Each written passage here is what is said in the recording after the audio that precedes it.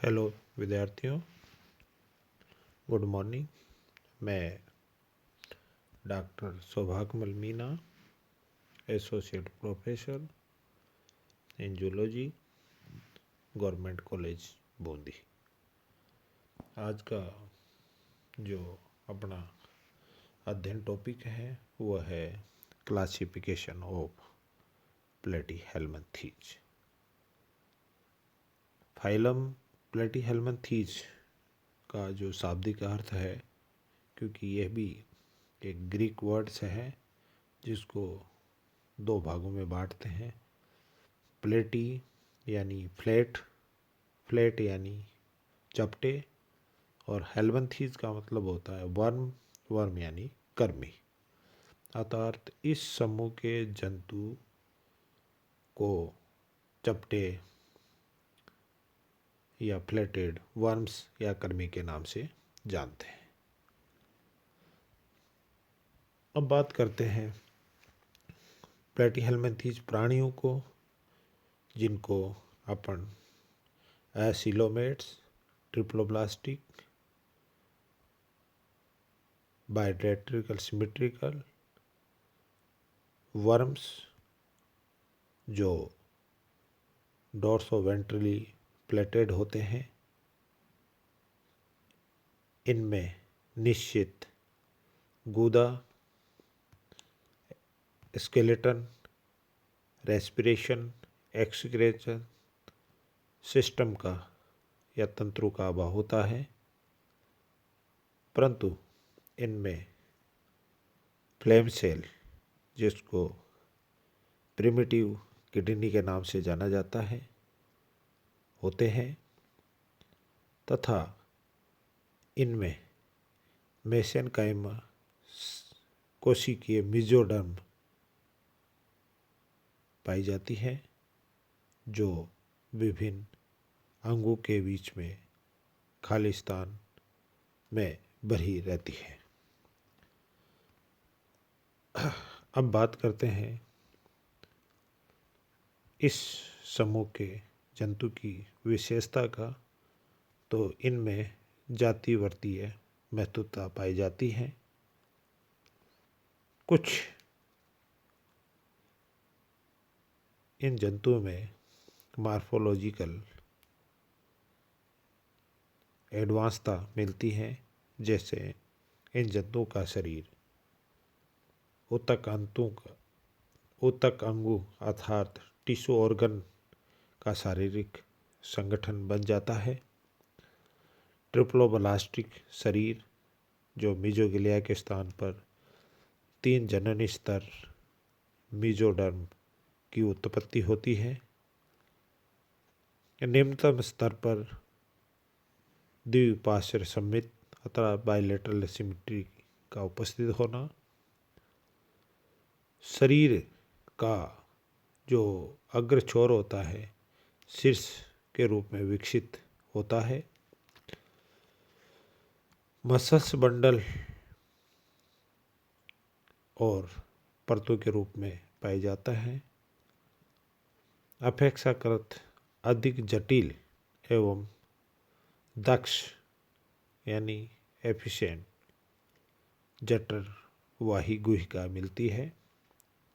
तंत्रिका तंत्र में अगले भाग में स्थित एक बड़ी स्थायी गुच्छिका, जो पूरे शरीर में फैलकर तंत्रिका कोड निर्मित करती है। सेंसिटिव अपेक्षाकृत अधिक विकसित ज्ञानेंद्रियां मिलती है। जनन ग्रंथियां स्थायी जनन वाहिनियों एवं कोपुलेटरी ऑर्गन्स शरीर के अंदर स्थित होते हैं।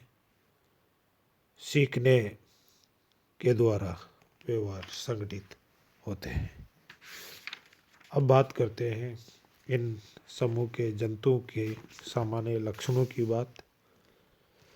तो ये समूह के जंतु अधिकांश परजीवी, कुछ सहजीवी तथा कुछ स्वतंत्र जीवी होते हैं। इनमें ऊतक अंग कोशिका संगठन अर्थात tissue organ grade of organisation पाया जाता है। इन जंतु का शरीर ट्रिप्लोब्लास्टिक अर्थात 3 बूणीय जनन स्तर एक्टोडर्म, मेसोडर्म और एंडोडर्म से शरीर की उत्पत्ति होती है। इनकी जो सिमेट्री होती है वो उच्च श्रेणी के जंतु जैसी बायलैटरल सिमेट्रिकल शरीर पाया जाता है। इन जंतु का शरीर डोर्सोवेंट्रली प्लेटेड होता है, जिसमें प्राय एक सुनिश्चित वेंट्रल सतह होती है जिस पर मुख एवं जनन छिद्र उपस्थित होते हैं। क्लास सेस्टोडा को छोड़कर किसी भी जंतु समूह में खंडविहीन शरीर होता है। इन जंतु में सीलोम का अभाव होता है अर्थात ये सब एसिलोमेट होते हैं।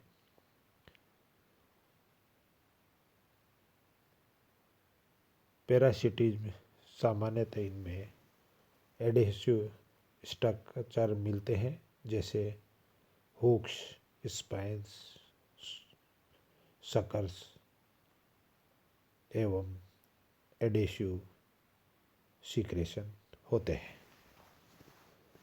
इनकी एपिडर्मिस सेल्स सिनोसिटल अर्थात बहुकेंद्रीय तथा कभी कभी फ्लैजेला होते हैं, कुछ में अनुपस्थित। पेशी तंत्र मेसोडर्म उत्पत्ति का होता है। इनमें कंकाल, श्वसन एवं परिसंचरण तंत्रों का अभाव होता है। इनके अंदर प्रिमिटिव टाइप किडनी, जिसको ज्वाला सेल के नाम से जाना जाता है,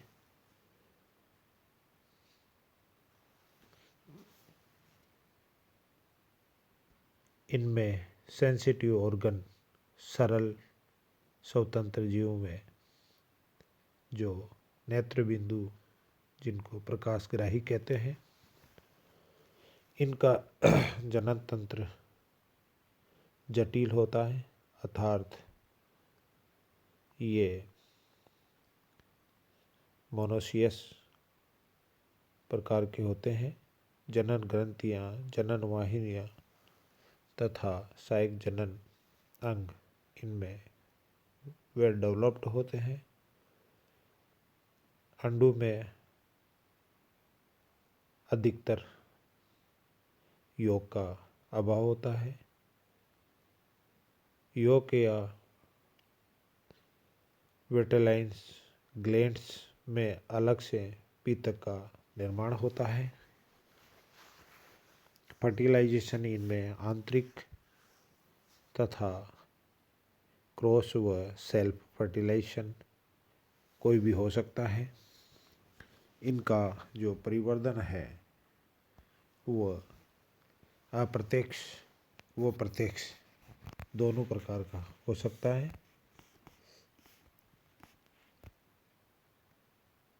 अंतः परजीवियों में प्राय कहीं परपोषित को सम्मिलित करते हुए इनमें जटिल लाइफ हिस्ट्री के साथ अप्रत्यक्ष परिवर्धन पाया जाता है।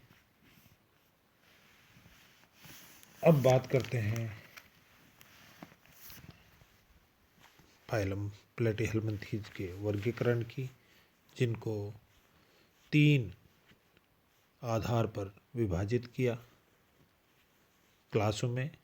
Number 1 body shape, number 2 alimentary canal और नंबर 3 सकर्स एवं हुक्स के आधार पर फाइलम प्लेटीहेल्मिन्थीज को 3 क्लासों में बांटा।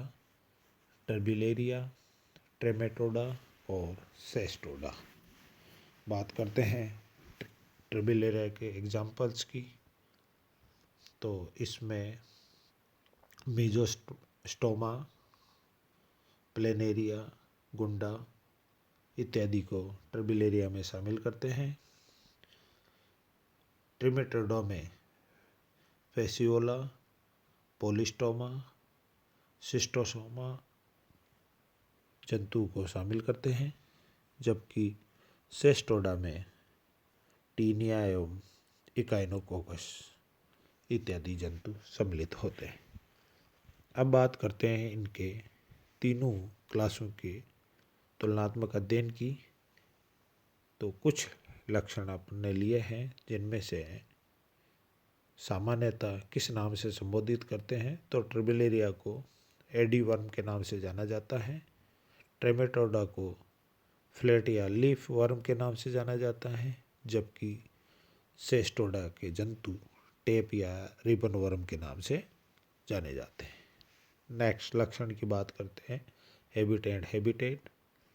टर्बिलेरिया के सभी जंतु एक्वेटिक यानी जलीय होते हैं, स्वतंत्र जीवी होते हैं, कुछ बाह्य परजीवी के रूप में पाए जाते हैं। ट्रेमेटोडा के सभी जंतु परजीवी होते हैं, जो बाह्य एवं आंतरिक परजीवी हो सकते हैं। सेस्टोडा के भी जंतु सभी परजीवी होते हैं, जो केवल आंतः परजीवी के रूप में ही पाए जाते हैं। बात करते हैं सकर्स एवं हुक्स की। तो टर्बिलेरिया में अनुपस्थित होते हैं। ट्रेमेटोडा में सकर्स प्रेजेंट होते हैं, परंतु स्कोलेक्स अनुपस्थित होता है। सेस्टोमेंडा में सकर्स उपस्थित होते हैं, हुक्स उपस्थित होते हैं, जो स्कोलेक्स में पाए जाते हैं। अब बात करते हैं लाइफ साइकिल या जीवन चक्र की। तो टर्बिलेरिया में जो जीवन चक्र होता है वो सिंपल प्रकार का होता है, जबकि ट्रेमेटोडा में सिंपल व कॉम्प्लेक्स यानी जटिल प्रकार का होता है। अर्थात जटिल से मतलब है दो या दो से अधिक कोष्ठों में अपना जीवन चक्र पूरा करना। और सेस्टोडा में भी अपना जो लाइफ साइकिल है वो जटिल प्रकार की होती है। सेंस ऑर्गन की बात करते हैं। तो टर्बिलेरिया में सेंस ऑर्गन उपस्थित होते हैं, जबकि ट्रेमेटोडा और सेस्टोडा दोनों ही क्लास में सेंस ऑर्गन का अभाव होता है। अब बात करते हैं बॉडी सेगमेंटेशन, अर्थात शरीर में खंडों का विभाजन। टर्बिलेरिया और ट्रेमेटोडा में दोनों में शरीर में कोई खंड नहीं होते, जबकि सेस्टोडा में शरीर खंडों में विभाजित होता है, जो सुपरफिशियल प्रकार का होता है। अब बात करते हैं एलिमेंट्री कैनाल की। एलिमेंट्री कैनाल टर्बिलेरिया में उपस्थित होती हैं, ट्रेमेटोडा में उपस्थित होती हैं, जबकि सेस्टोडा में एलिमेंट्री कैनाल का अभाव होता है। अब बात करते हैं एपिडर्मिस की, जो टर्बिलेरिया में सिलेटेड होती है और ट्रेमेटोडा में विदाउट सीलिया होती है, जो थिक और सिनोसियल कंडीशन अर्थात बहुकेंद्रीय प्रवृत्ति की पाई जाती है। सेस्टोडा में भी जो एपिडर्मिस होती है उसमें सीलियाओं का अभाव होता है और थिक टेगमेंट्स की बनी होती है। अब बात करते हैं म्यूकस ग्लैंड्स इन स्किन।